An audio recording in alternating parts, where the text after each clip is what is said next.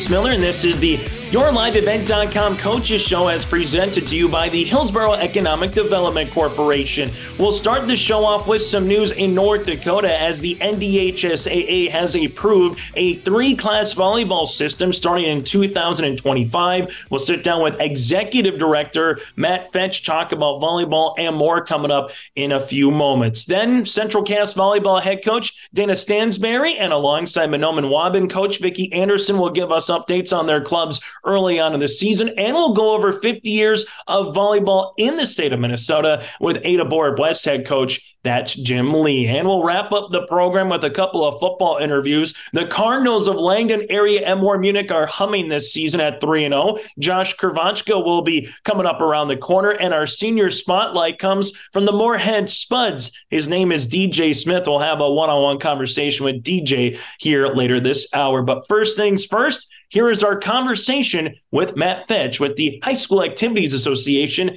in North Dakota. Well, joining us now is the Executive Director for the North Dakota High School Activities Association, and that is Matt Fetsch. And Matt, it's always a good time to be joining with you when we're talking September, which means activities are back in session, schools are back in session, seen a number of sports already going on. You got speech and debate will be coming up around the corner. So before we dive into the weeds in terms of what's new this year and what's going to be new in coming years with the NDHSAA, how's everything going for you after this Labor Day weekend? Going really well, yeah, and we're in full swing here as you are as well. And kind of the unique piece this year, I've told a lot of people because I got asked a lot, is Thanksgiving this year is as early as it can possibly be on the calendar, and that really drives all of our fall calendars. So when you talk about fall activities getting underway, they start as early as they possibly can this year. Next year they'll roll back a week. It'll be a little more normal, if you will, but definitely an early start this year, and we're hard to believe we're over a month in already from the start of practices. Yeah, for high school football, some teams this Friday will be the midway point of their season already. And as we alluded to, some people are saying we got 3 football games before it's Labor Day Monday. So that adds a little bit of a wrinkle to the calendar. And speaking of a wrinkle here, Matt, it's been talked about a lot, 3-class system in North Dakota. Obviously, basketball was the one that really was the lead charger. And then after that, it was, well, what sport would also be 3 classes or what makes sense? A lot of people alluded to volleyball going, it's the same number of teams, it's the same number of athletes from a girls' standpoint.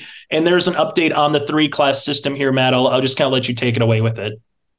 Yeah, and my board of directors in June had received a proposal from a group that had been working on a 3-division proposal, and they have actually approved a timeline for that. So the board is going to implement 3 divisions of volleyball for the fall of 25.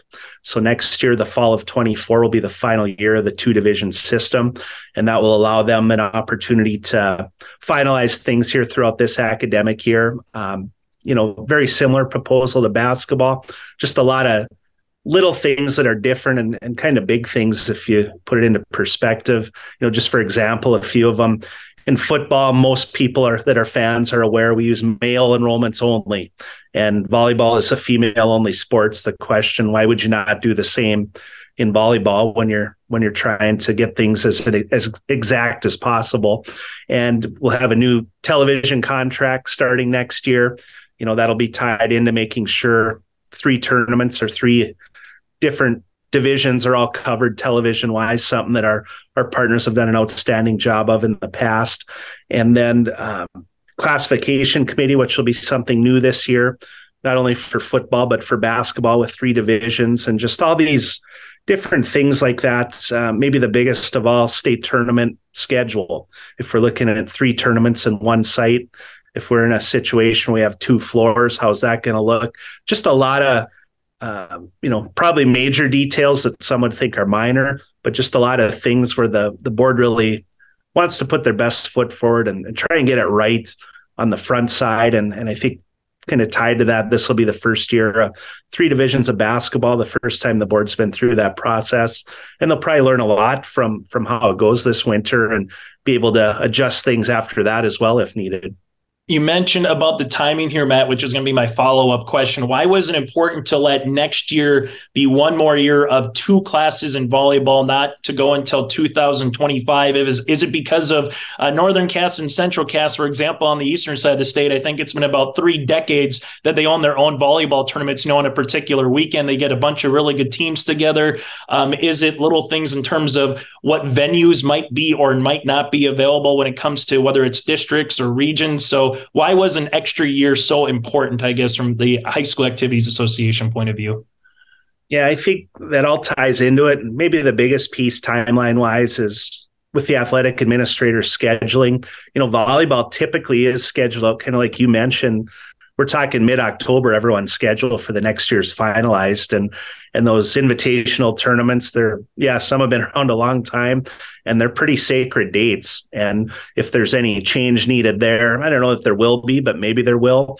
How does that all play into things? And I think just something where, as a board, they just didn't want to rush everyone and say, well, let's figure it out here in the next month and finalize it, or do you want to try and do what's best for the schools? And I think weighing those 2 options, this looked like a better option unanimously.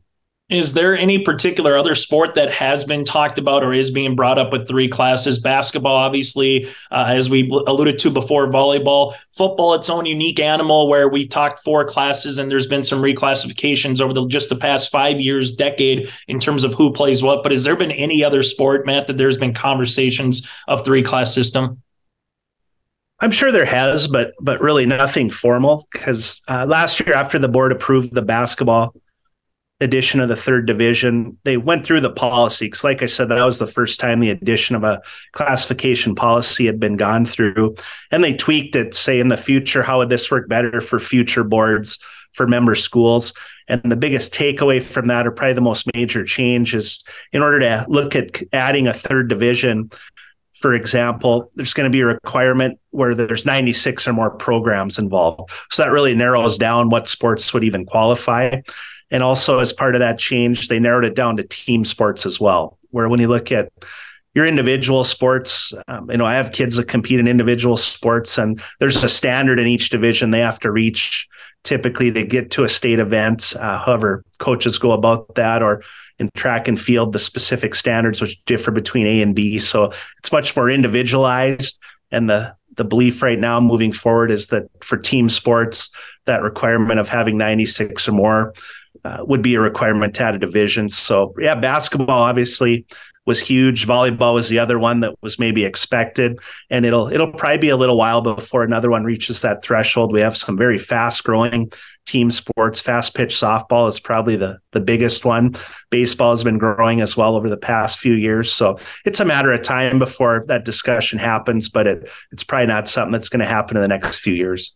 As we talk about team sports, as you alluded to softball, that has just been like wildfire in a good way, where more and more schools are offering it. Co-ops, maybe that wouldn't have been a co-op, is a co-op to allow their particular students to have a chance to go play softball here, Matt. But I always hear, is there another sport kind of growing around the corner? 6-man football has now been in the state for a handful of years. Trap shooting has really exploded and erupted, it seems like, over the state of North Dakota. So has there been any other sports talked about that could be sanctioned, like softball was over a decade ago now in terms of the High School Activities Association? No, you hit the nail on the head with softball. It's incredible, the growth there. The most recent one added that is probably our fastest growing overall right now is girls wrestling, where the last couple of years that's exploded to the point where in 3 years, if things keep going the way they are, there may be more girls wrestling than boys in our state, which is something no one would ever believed a few years ago. You mentioned trap shooting. Esports is another one that they're currently not sanctioned, but right now they're run by groups. North Dakota Clay Target, Fenworks runs primarily esports in our state. They're very well organized, they do a very good job with it to the point where now it's kind of shifted where if that's something the association sanctioned and certain bylaws applied, it may be a bit of an obstacle and maybe even stunt the growth of those activities. So there's probably been less talk of adding here recently, but those are definitely the two in our state that aren't necessarily sanctioned, but are are sponsored by schools and very fast growing, and there's no signs to indicate that's going to change at all.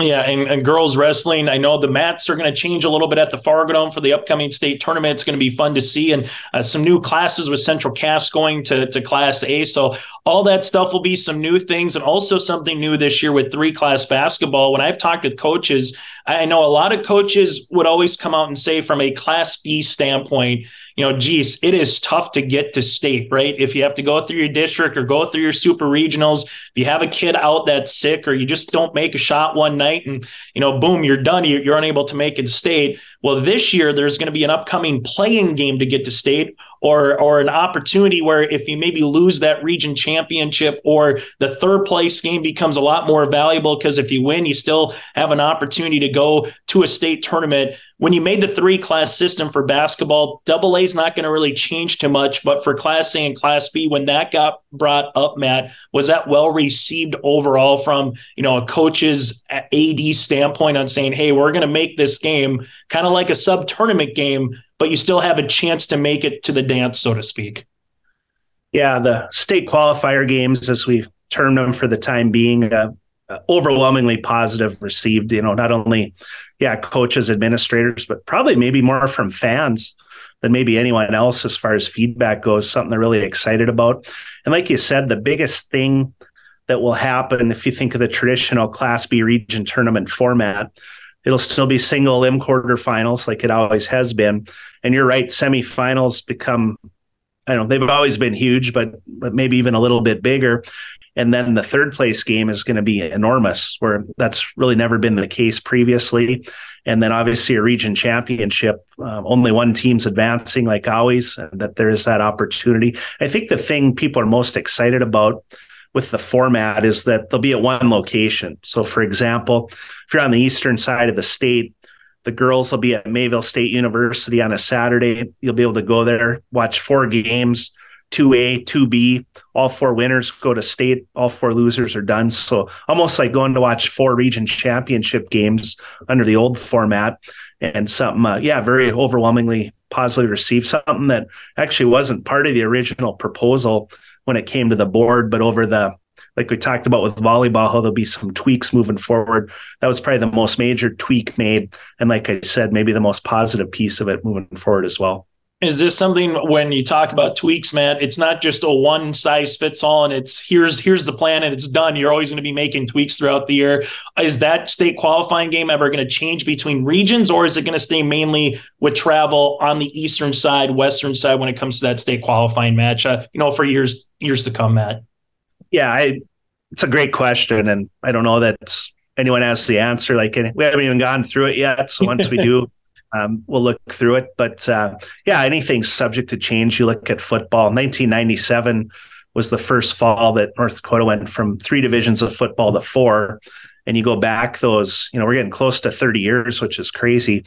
And it's been tweaked constantly since then. I can't envision basketball be any different, or eventually volleyball, where it'll always be a work in progress. But I think as far as the qualifier games, I'd be shocked if they went away in the near future. And as far as the format to get to that point, that'll be something discussed annually. I'm confident of that. Final thing for you, Matt, before you let you go, participation numbers, whether it comes to a band and choir or whether it comes to football on Friday Night Lights. Overall, things change, as we allude to. Schools, some over the years were by themselves. Now they're co-op, or others have continued to grow outside their maybe own school districts that they've had in prior years. So everything always is a moving target, but overall participation numbers from years prior, whether it's 5, 10 or something in between, when you take a look at the numbers, are we where we were before? Are we a little higher, a little lower? What's kind of the generalization so far early on in this year? Yeah, I think the status here, especially the last decade or so, is our participation numbers continue to grow. And it's probably most because of new schools being added. We went about a generation where we really didn't have new high schools in our state. And you look at the last 10 years alone in our metro areas, each time a new school is added and full programs, that's this many, maybe multiple JV teams or multiple freshman teams. And it just naturally inflates the participation numbers, which is a great thing. As far as rates, that rate, I don't know that that's going up at all, maybe even going down a little bit as far as the percentage participating. We talked earlier as well about new opportunities and new sports and activities that didn't exist several years ago. And what we're finding in those is a lot of the participants are those individuals that maybe didn't participate in anything previously, and this allowed them to try something new. Heard a lot of the same with Class B girls golf moving from the spring to the fall. Was overwhelmingly successful. Participation rates have showed that. And again, a lot of girls that, maybe didn't play volleyball and they're maybe weren't a runner, and there just wasn't as much option, especially in the smaller schools, as there is. So it's bloated those numbers a little bit as well. But overall, I know nationally they just sent out a press release. They're finally rising again for the first time since COVID. And I think that's something we've just been fortunate in North Dakota that never really slowed down, just continuing to slowly climb and continue to providing opportunities.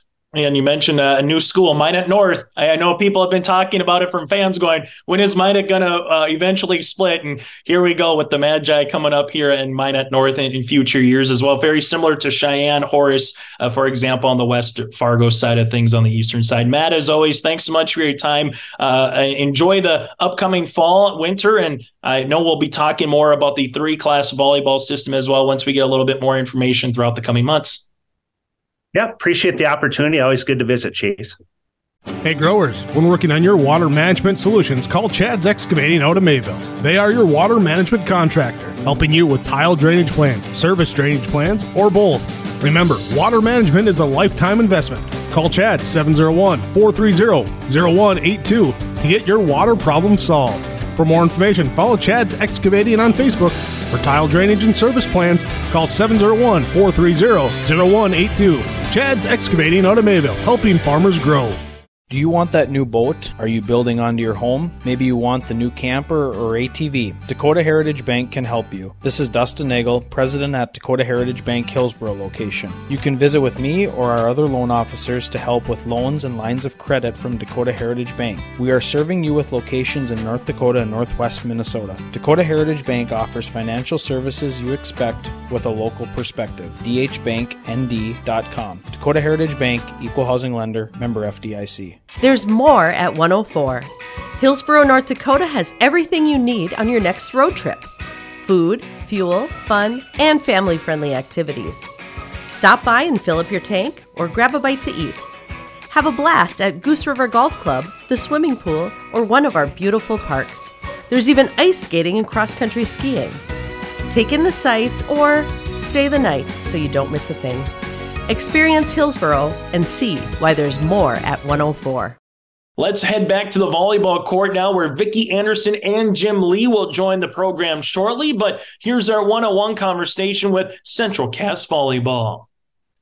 Part of our 2023 YourLiveEvent.com Coaches Show as we step back onto the volleyball court. Joining us now from the Central Cass Squirrels, that is Dana Stansbery here. And Dana, for you guys, I looked down at the schedule, and it seems like you either played 7 or 8 matches because you played an early season tournament, or you're kind of at 1 or 2. You guys are the latter. You hosted Sargent County last week. You head down to Enderlin before you host your own volleyball tournament coming up on Saturday. So a lot of practices, one match, but I know the match didn't necessarily go how you wanted it to go against Sargent County last week in Castleton. But what have you seen from your team so far with a ton of practices and one volleyball match? We practiced and practiced and practiced to the point where I think we were tired of practicing and we needed to play. We needed to see what we needed to work on to change. And we did. We saw some things. We watched film last night with the girls, did a recap. We all agree on what we need to do better and what we need to change. And we went into practice last night, ready to go, fired up, stayed intense the whole time. And I think that's what we need to do going into Enderlin on Thursday and then our big tournament on Saturday. Let's talk about where do you want to see some of that growth? Again, it's match number 1, as we alluded to on the pregame show. There's a ton of new faces. There's some girls who've had varsity experience, but then there's girls who maybe haven't been in this rotation before, maybe a different role than what they've been in previous years. So what do you want to see from that Sargent County match going into Enderlin and then a ton of volleyball on Saturday in Castleton? We talked a lot about rising up and playing to our potential. We talked a lot about hitter coverage, staying low, no lazy defense. These girls are very capable of good quality defense, and we didn't really show that the other night against Sargent County. We talked a lot about pressing the block, making sure that we're going up strong every time and not letting up. As you said, these girls have never played together as a group. Everyone is in either a new position, even Grace and Izzy going 6 rotations all the way around, and they're going to gel. We just have to figure out who's going to take which ball and trust each other. We've talked a lot about trust and knowing where we're at on the court. We did some defensive movements last night that I think opened some eyes on where we're at. And then watching that film was huge for the girls too. Comparing set 2 and set 4 for us was big. They saw a lot of body language in set 4, kind of a defeated language that we aren't going to use again. Without question. And the one thing, as we take a look at your weekend tournament after you play Enderlin for a Region 1 contest, I look down at the tournament consistently, and it seems like it's always a really quality tournament with teams that either are making the state tournament that year, those who maybe come off a championship in prior years. I know just looking down, you have the Lobos coming, you got the Tommies coming. They're always consistent programs. That's before you talk about anybody else. So, Dana, from your point of view as a coach, but also kind of helping run the tournament, if you're a volleyball fan, why should someone come out to Castleton on Saturday and watch some Class B volleyball? Yeah, I've been at this tournament for 21 years, either running it or coaching in it. I think I took 2 years off somewhere in there, and it is great quality volleyball.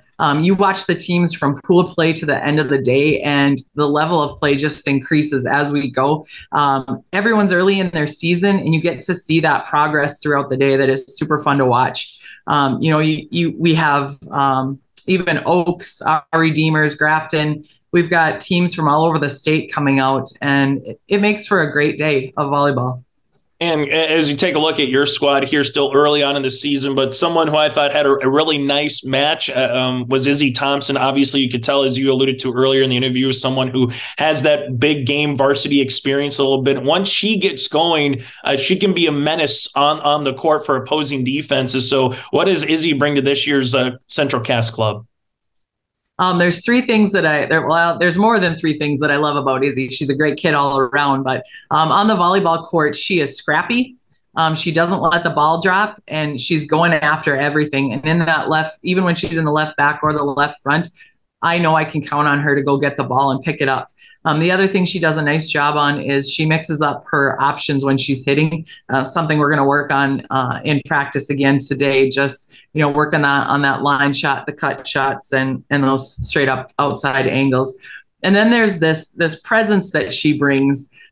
She's almost like a calming, even presence. She doesn't get too excited, but she never gets down. And I think that is huge for this team, to have that person that is level and just keeps going, kind of a workhorse for us. And then another person too, I think two-headed a little bit, is Aspirin Preen and also Ava Cotton, a couple more hitters. Some people who, same thing as Izzy, if they see that first one go, all of a sudden it's like a basketball shooter, so to speak. They see that first 3-pointer go, the whole, for the goal just really starts opening up, and it seems like you get one really good kill, all of a sudden you just see the block maybe a little bit better. You read the defense, you feel more confident. Let's start with Aspirin though first to hear, Dana, what does she bring? Aspen is a spark plug. Anyone who spends 15 seconds with her, you feel better about yourself when you're done, because she is an energy. Aspen has the ability to go after the ball aggressively and not be afraid of it. When we played in our scrimmage, we were playing against, all the Fargo teams, plus Northern Cass. And Aspen isn't a tall girl, but we were playing up against 6'1", 6'2", 6-foot girls. And she went after it, and it was fun to see. I'm excited as the season goes to see how she progresses. The other thing that Aspen brings is, I don't know if I said the aggressiveness of her. She's just got a fire in her that's going to be fun to see, not just in volleyball. We'll see her in basketball too, I think. And then she's a fun kid.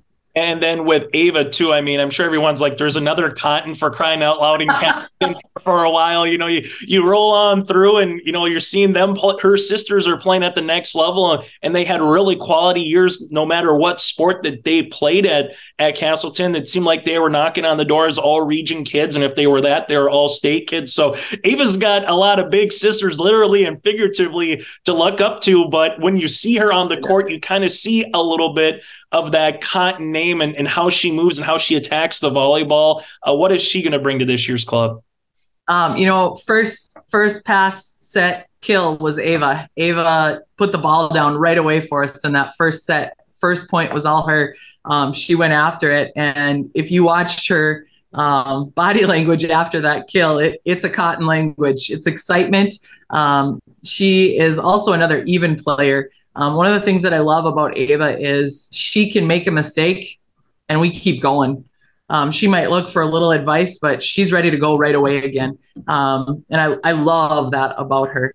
Another thing, you know, she is a captain on our team this year as a junior. She's our only junior. One of her goals was to be the first Cotton to play 6 rotations, and because her sisters never did that. And she's a 6 rotation outside for us, and that's fun. Gotta love the sibling rivalry with that in a little bit on top of it. Final thing for you before we let you go. I always enjoy talking with coaches about how you can use the block to your benefit, you know, early on the season, because it really is like a point guard in basketball, like a quarterback in football, as an example. If you can read the block, just because there's 2 hands up there doesn't mean you still can't get a point from your point of view as an outside hitter, a middle hitter, and something along the way. So how do you go about your particular own coaching style? How do you treat, you know, someone coming up to the net, whether it's one-on-one or there's 2 coming? How do you read the block and be comfortable doing that, you know, whether you're a freshman all the way up, you know, through senior year?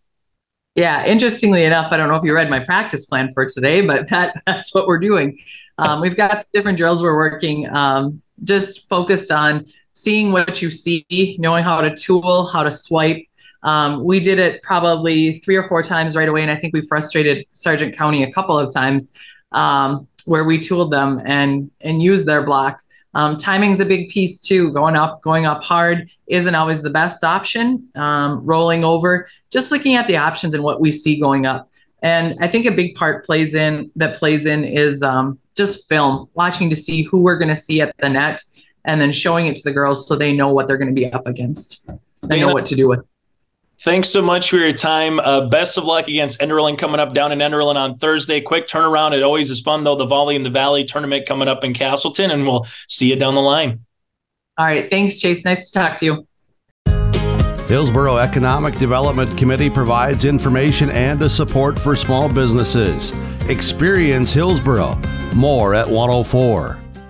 The Mahnomen-Waubun Thunderbirds, Vickie Anderson joining us here following a 3-0 loss to Black Duck on Tuesday night. Vickie, a tough loss. I thought, again, there were spurts. There were some good things, but then again, there were some things that, again, just kind of mental lapses here, I thought. But your thoughts here after this one? We can be incredibly scrappy and really pick up some balls, and we can hit the ball hard, and then we can the next play not do that. And so that is one of the things we talked about after the match, is that we have to be much more consistent and better communicators on the court. You know, in Black Duck, they kind of threw everything at you. I mean, they were some hard hitters. Their serving was aggressive. So your girls had to kind of weather a couple storms from the Drakes. They did, and they also tipped very well and placed the ball very well, I thought. So then we got to see a lot of things that we hadn't got to see this year, so that we can just build on those things and be better defensively. And you have to give Black Duck credit. They really hit the ball hard, and they picked up a lot of their blocks. I thought we had a lot of nice blocks and block touches by our girls, but they picked a lot of those up that we thought were going to hit the floor. Yeah, and you know, your girls got to a lot of balls that were very tough to get to. A lot of good, scrappy hustle play. So, you know, credit your girls. They were kind of all over the floor. They are. They're getting better at that. They're seeing the court a little bit better, and it just takes reps. And we talked about that earlier in the season, that we're just a young team that really needs to be a little bit more aggressive, see the court a little bit better, and just get better every night, whether we're at practice or in a match. You know, and I think one of the things that maybe was a little off tonight, I thought maybe the passing was a little off. Didn't really get a good chance for your hitters to get some sets. We didn't. We passed the ball more into the 10-foot line or 12 feet off the net, so we couldn't get our middle hitters involved, and we really need them to be quite involved and ready to go all the time and have that 3-hitter option, especially for a team like ours. We're very good place hitters. We just need to jump and hit the ball a little bit harder.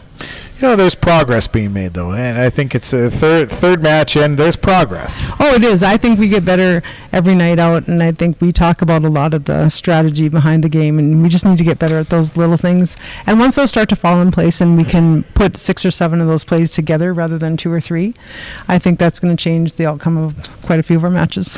We got Foston coming here on Thursday night. Greyhounds, always a tough team. It should be another good test. It will be, and you want to hit those tough conference teams right off the bat so that we know where we stand and things we have to work on. What do you take out of it? What are you going to work on right away? A lot of defense, a lot of service passing, and more aggressive hitting. We just need to hit the ball. We had way too many hitting errors. I think the last 4 or 5 points they scored in that third set were really unearned points. We just hit the ball out, and we can't do that. That's way too many, whether they're a younger player, whether a more seasoned player. We hit too many hitting errors. Well, we'll be here with the broadcast on Thursday night. Vickie, appreciate you stopping up here after, and best of luck. We'll see you then. Thank you, and thanks to our fans and everybody who came out and cheered us on. We're just going to get better and hope to have another show, and thanks to the band. It's always great to have the band. It was a loud gym in here. It was a loud gym. It was a fun. It was an exciting atmosphere. It's fun to play with that when the crowd is really into it. Absolutely. Yep, so thank you. Sounds good. We'll see you on Thursday night. Sounds good. Can I ask you a little bit to talk about the 50 years of volleyball, 50 years of Ada-Borup-West Volleyball? We've talked about this off air, you and I. You've got some really, really special things planned, and it's kind of cool that we're honoring, we're respecting, and we're just looking back at tying the history of volleyball into the present day. Yeah, it's 50 years of volleyball in the state of Minnesota here. So what we've been trying to do is honor the 8 teams that were in our first state tournament back in 1974. And one of the teams that were actually in that state tournament was Crookston, and they went ahead and won the consolation that year back in 1974. So our next home match, we play Crookston on Monday the 11th there. We're inviting their 1974 team down here to be honored. And that also starts the next 5 home matches that we have here. We'll be honoring a decade of Ada volleyball, each of those matches here. So I know on that Monday the 11th here, we'll be honoring the 70s. And the coach back there in that 70 team was Pat Fund, who's our line judge out here. So we'll see how many of the athletes we get from back there. Once again, they'll be sitting in the bench behind us. They'll get free entry. I'll alphabetize their names and put it at the entrance so they get in here free. They'll sit behind the bench. Before the anthem, they'll come down to the court and they'll line up in front of our bench, in front beside me here. So when the girls go through the line and are introduced, and go ahead and high five them as they go through. And then those ladies will go back up into the stands, and we'll be rocking with 70s music or whatever decade music is the whole night there then too. I've also made booklets for each of the decades, so it's like between 20 and 45 pages each of these decades to go ahead and honor them, like some of their stats and their pictures and the press clippings from back in the 70s or these other decades that they actually performed at. So in about the third set, we're going to have our water girls going to hand out these booklets to the ladies who are sitting behind us, and then if there's any extra booklets after that, we'll leave them on the table over there so anybody from the crowd can go ahead and take these booklets then too. I've also put some other people in there that the student section might recognize in these booklets, like when they were in high school or when they first started coaching and or when they first started teaching. It's like, oh wow, that's what they look like. It's kind of a kind of a special thing, I would say. Then afterwards, we're hoping that our girls said that we definitely want to go and get pictures with them in the stands there too, or on the court, something with each of the decades. I think that'd be really cool there to actually put that in the paper. So these will be very special nights, like I said, them with the 80s and 90s. So myself and the girls will be contacting everybody through email. I appreciate everybody who sent me their phone numbers, but I just don't have time to contact 1,000 people that'll be coming back or anything. But we'll be sending out emails here to people and just tell them to go ahead and try and contact as many people who were on the varsity team during these decades to come back, have some fun. And the second night I know is the following Tuesday against Bagley at home here. And then that last week we have Monday, Tuesday, Thursday, where I know we have Holly on Monday there, or in the 90s. And then on Tuesday, we got Winnie-Mac for the 2000s team. And on Thursday, we have 2010 until 2022 that we'll have all of them come back here. And we try to pick out music as best we can. We think it'll be fun for the fans. We know it's going to be fun for the ladies who go and show up here. And I mean, we all know is that this is not the start of Ada volleyball. It's been here for 50 years once again, and we honor that and we respect everything that they've done here. The teams that took the state, the teams that started out in the 70s to go ahead and break ground for us, and also like in the 80s and so on with Ruth Hayden and some of these other coaches that were leading them with Judy Peterson there. I mean, they did just a phenomenal job of establishing the program here. We're not the end game. We're just a part of the game, and we know that. And we just want to say thank you to everybody who came before this. And in that first year, I think it's 74, Ada did not have a volleyball team here. I believe it was like intramural or something like that. So I think the first two teams in 72 and 73, I also got pictures of them to put in the booklets back in the 70s there too. So, and by the way, I didn't just put the varsity team's pictures in these packets. I also put the JV and the C team and the junior high have their pictures in there too. Nice. So the people that come back, they'll say, well, I never played varsity, but oh man, look at that. I was on the 8th grade team. There I am. I think it'll be kind of cool, or you see your daughter or your aunt or whatever there. So I think that we'll have a lot of fun with this. And like I said, those last three, that's during homecoming week. So like us teachers and coaches, wherever I've been, we've always complained about homecoming week should be about people coming back to go and watch a football game on that Friday night and just meet up with each other. So this year we can actually go and do that during homecoming week. That Mr. Wallin was a perfect schedule he put together there, and we can do that those 3 home matches there. I think it'd be just awesome. It'd be a lot of fun coming up here at our next home games. And I know you're sharing a lot of the career statistics and records and individual stats and all of that. I know you've got T-shirts available too. Correct. So we'll be selling T-shirts for $20 here that we went and designed. And on the front will be a design that says 50 years of Ada volleyball. And on the back, it'll have each of the championships that the teams have won over the last 50 years that we're hoping we go and fit on there too was the top 10 in kills, aces, assists, digs, and blocks, the top 10 for the last 50 years. So some of these girls might not even realize, wow, I'm still in the top 10. It's pretty awesome. But I'm not going to disclose to anybody who's in that top 10. It'll be on the T-shirts we're selling for $20 on that night. Then the money that the profit we get from that, we're hoping to go and send those initial 8 teams who were in the 1974 tournament to get them free entry into the state tournament this year on Championship Saturday. So they get a chance to go and see that they broke ground for us, especially like Dorothy McIntyre and some of these other people throughout the state in 1974. We want them to come back to the Excel Center and say, this is so cool what volleyball has evolved into. And Osseo was our first team champion in 1974. So we'll also be inducting them into the Hall of Fame this year as the first and only team that will be in our Hall of Fame for volleyball in the state of Minnesota. So, and that'll be really cool. I've had an hour conversation with their coach. She's really excited. Just an awesome woman. The other teams that were in that first state tournament, Osseo took first, Bloomington Canty took second, Moorhead took third. Like I said, Crookston was the consolation champions. Virginia was in it. Rochester Mayo was in it. Wyndham was in it. And also Redwood Valley was in it. So I know that some of those other schools are doing some, like one night to go and honor like those teams throughout for what they did back in 74 there too. So we thought we'd go and do that with Crookston here since we play them on that September 11th date.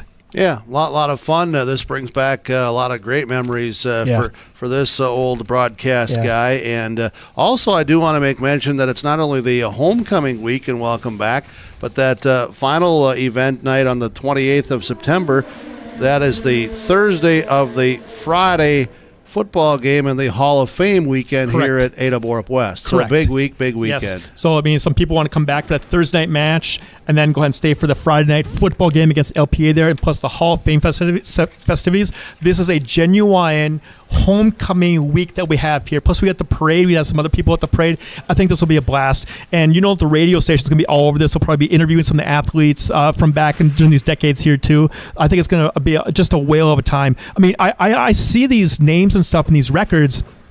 I don't have a connection to Ada because I didn't grow up here. So I think it'd be kind of cool for me and the girls to go and see, oh, this is the girl who had all these blocks or had all these assists, or I hear about the Smarts and the Nesses and the Krogstad and all these ladies from over the years. And it's like, if I get to go and see them and see who actually are, wait, you set the blocks, you're like 5'8". It's like nowadays, like we're over 6 feet as a middle. So, but thank you also to the coaches that'll be coming in here too. Yeah, a lot of fun. Thanks for sharing the information. I know we're going to talk about it more and in future days and all of that leading up to it. So I appreciate your time, and thanks for everything behind the scenes as well. And hey, good luck to you. Hey, look, I found Bigfoot. How tall is he? What? No, not that Bigfoot. The Bigfoot Trail. The Bigfoot Trail? Yeah, it's the Trail County Parks and Walking Challenge. All you have to do is visit at least 10 of 12 parks listed on the clue sheet, answer questions about each park, and return the completed sheet to the Trail District Health Unit by September 30th. Do I get anything if I complete the challenge? Yes, you get a free t-shirt and other participation prizes. Get your sheet on the Trail District Health Unit website and get your feet moving on the Bigfoot Trail. Bank of North Dakota wants you to be confident when it's time to make student loan decisions. Visit bnd.nd.gov/confident to calculate the maximum amount of student loan debt that is recommended based on your career choice. You can also learn how to apply for financial aid and get tips to cut education expenses. Visit bnd.nd.gov/confident today. Treat yourself to a great career at American Crystal Sugar Company. Team up with quality people making quality products. Full-time and year-round in a stable business. With great pay and benefits including time off available from day one. American Crystal Sugar Company invests in you to promote your continued growth and career advancement. Grow your career doing your best work within the world's best beet sugar company. Apply online today at AmericanCrystalCareers.com. DJ Smith from the Moorhead Spuds is our senior spotlight after Spuds are coming off a season opening win over Spring Lake Park in Moorhead last week. But before then, and before we get to our conversation with DJ, here's our conversation with Langdon Area-Edmore-Munich head football coach. He's Josh Krivarchka. Joining us now from the Langdon Area-Edmore-Munich Cardinals, that is Josh Krivarchka here on the football gridiron. So far 3-0 on the season and a really nice quality win defeating the Botno Braves on Friday. Before we talk about your upcoming matchup with Rugby and Cavalier upcoming here, Josh, first things first, 3-0 on the season as you kind of nearing the midway point of the year. What have you liked about your team that has allowed you to get to this record so far early on the season, Josh?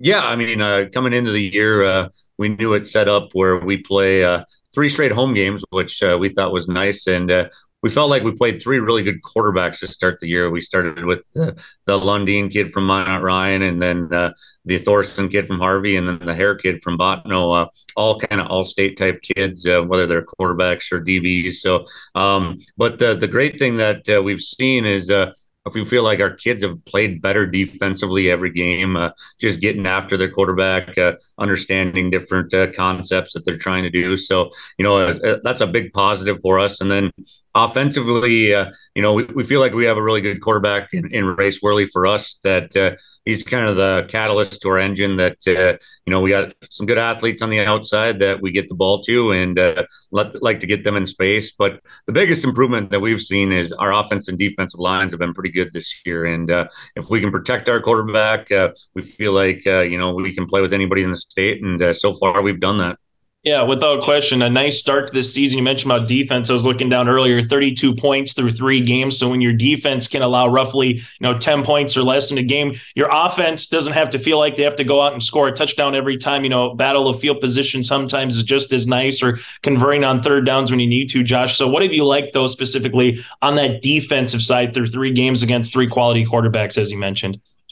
Yeah, I mean, and you're exactly right. When you aren't stressed on offense and don't feel like you got to go chase points, it's a little more relaxing as a head coach and even as an offensive play caller. But defensively, I think we're really big up front in the middle. We got 2 guys that are, one 6'5", 280, and another is 6'7", 360. So our 2 D tackles are big in the middle, and it just allows our linebackers to play free and downhill. And our defensive ends, we're getting healthier there too. And, we feel like they can really control the edge, especially Cole Welsh. He's really stepped up his game on the defensive side of the football. And then our DBs, we feel like we have good athletes on the back end. And, if we can contain the quarterback and make them have to throw and get them in passing situations, we feel like we can get after the quarterback. So far, so good on defense this year.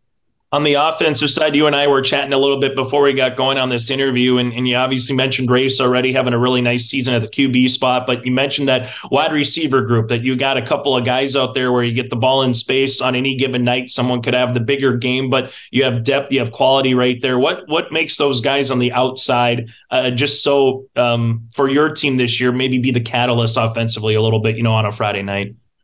Yeah, I mean, we feel like we have three really, really quality wide receivers. I mean, one of them, Mason Rumpho, he plays in the backfield some, but we split him out a lot. I think he's probably got 15 catches for 300 and some yards already and 5 touchdowns. And so he's just a versatile kid, great hands, probably some of the best hands I've seen in our program. And then Cody Amble and Nick Kingzett, one's 6'3", kind of longer, leaner, but he's got explosive speed, and the other one's about 5'8", and he's kind of the jitterbug out there. So they kind of feed off each other. They play different, but just quality route runners and good hands. And we have a few other guys. We've actually moved our starting center now that we're getting healthy up front. He's moving to a tight end / fullback. Just feel like that he's just an athletic kid. So, that's Cole Welsh for us. And we feel like we can get him in the mix a little more. And, we just want to keep our quarterback clean because, like I said, we feel like our quarterback is a really good football player.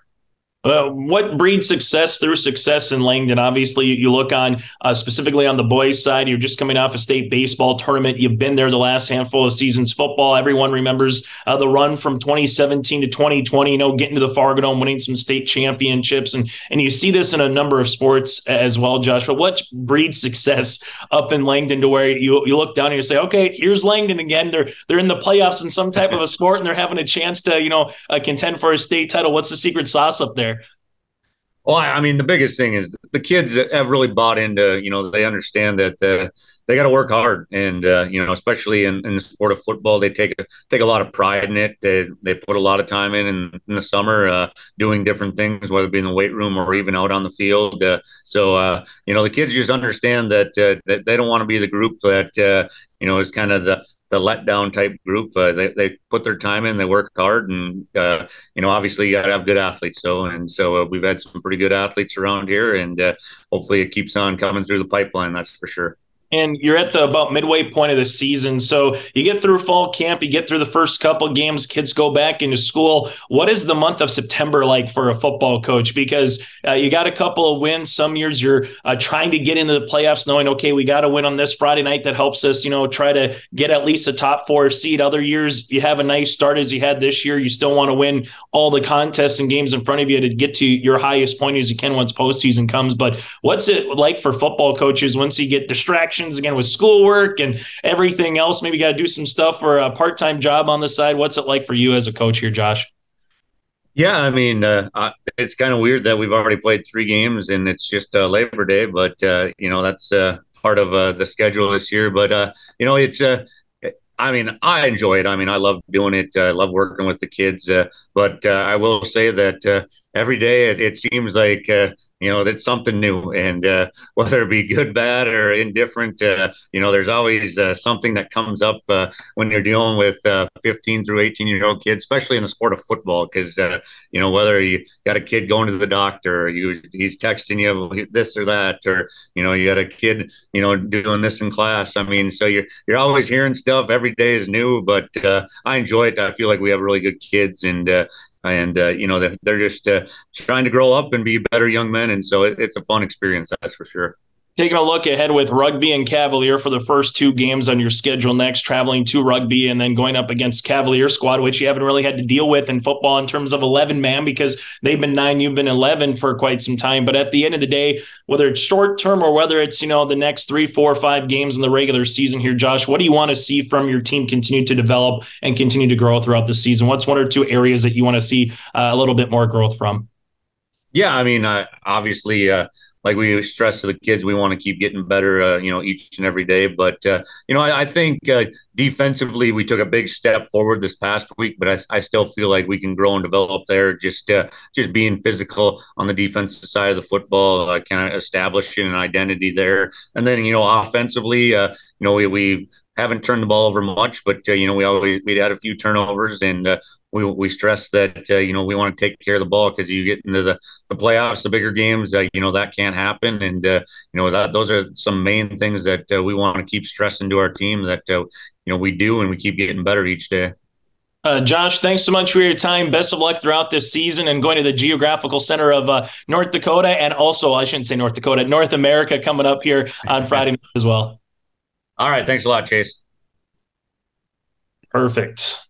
Well, this week we head over to Minnesota for our senior spotlight, and not too far over the border from the Fargo to the Moorhead side. And that is with us now is a senior spud coming up here this year in DJ Smith. And DJ, for you, first and foremost, thanks for making the time. And I always like to ask seniors, is it crazy to think senior year is upon you, both from an academic and also athletic side, as you get ready for your senior season?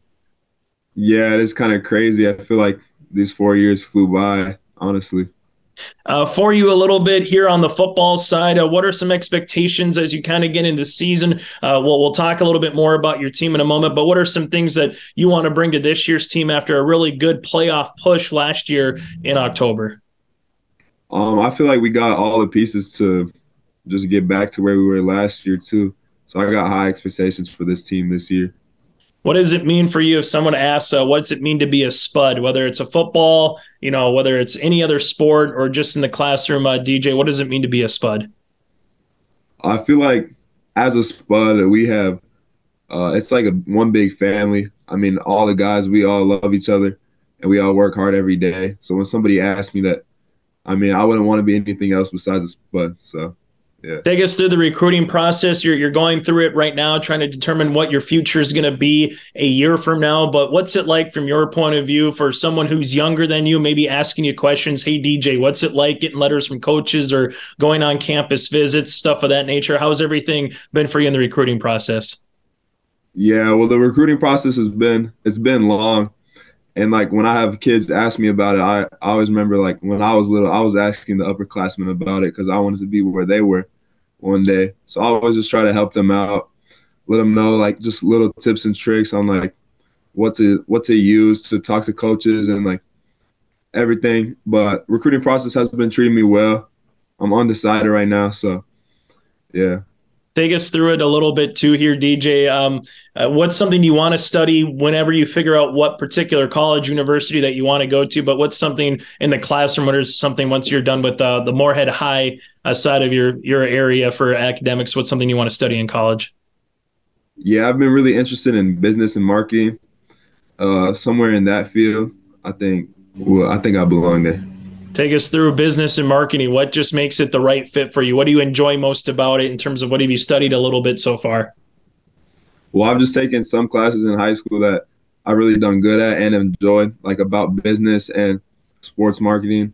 I feel like I want to, when I'm older, I want to be a part of like selling and marketing and all that. So I think I'll be good at it.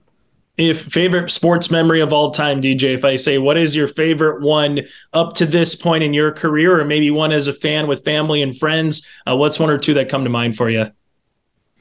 Well, one definitely has to be my sophomore year.